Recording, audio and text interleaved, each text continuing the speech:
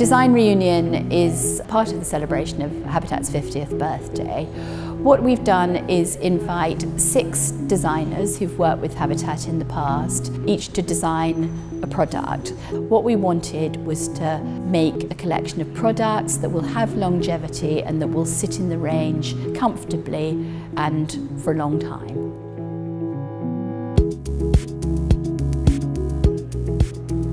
I actually sort of started at Habitat between my 2nd and 3rd year of university, and I think what's sort of so interesting for me coming back is that I'm designing something which is now located in a different part of the house.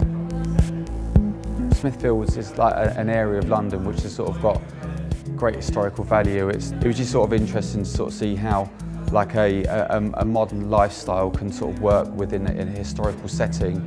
So I think the idea of it being called sort of Smithfield was that it would be an enduring design. It's not going to be fashionable for 1 minute and then out the next. I've called the light bouquet light because it comes with 20 different elements, different flowers, different leaves. And just like a bouquet of flowers in a vase, you take these elements and you hang them around a light bulb and you arrange it in the way that you like. The bouquet light is kind of typical of my work in a way that it's got a very romantic appearance, but also a kind of unexpected and sensual use of an otherwise normally very industrial material.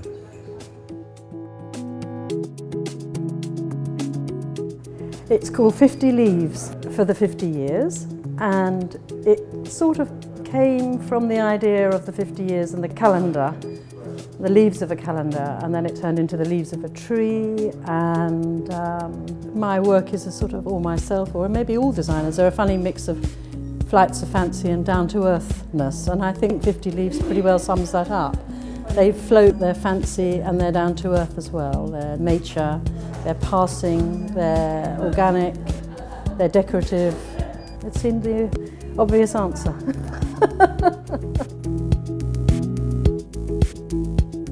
The inspiration behind the table really came from the desire to express the functionality of the table. It is entirely obvious what you're supposed to do with it, but at the same time, when the leaf is folded away, it creates a sort of a visual interest. It's sophisticated but not too loud, it's not brash, it's elegant, and I think it will fit with lots of other types of timbers and furniture.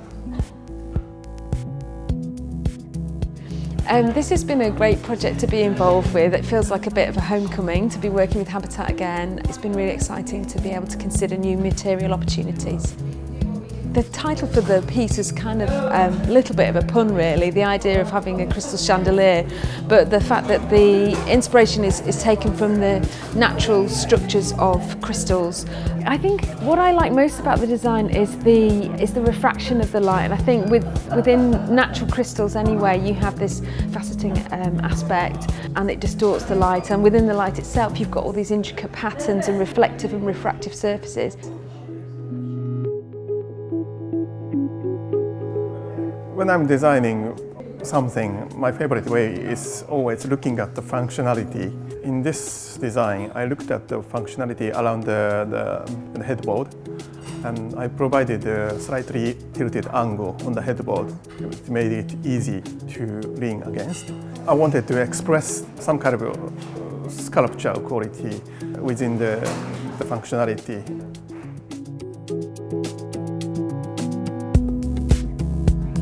I've always been interested in organic matter. At the base of organic matter, you've always got some sort of geometric sort of cell formation as a starting point. The reason for calling it tessellate is the actual basic structure of the light is tessellated hexagons, and I think that then the light goes sort of beyond that, where you can, if you want to, you can buy it in multiples so that you can tessellate it up a wall, which makes this product sort of like really autonomous, and it sort of hands over a level of creativity to the person who's buying it.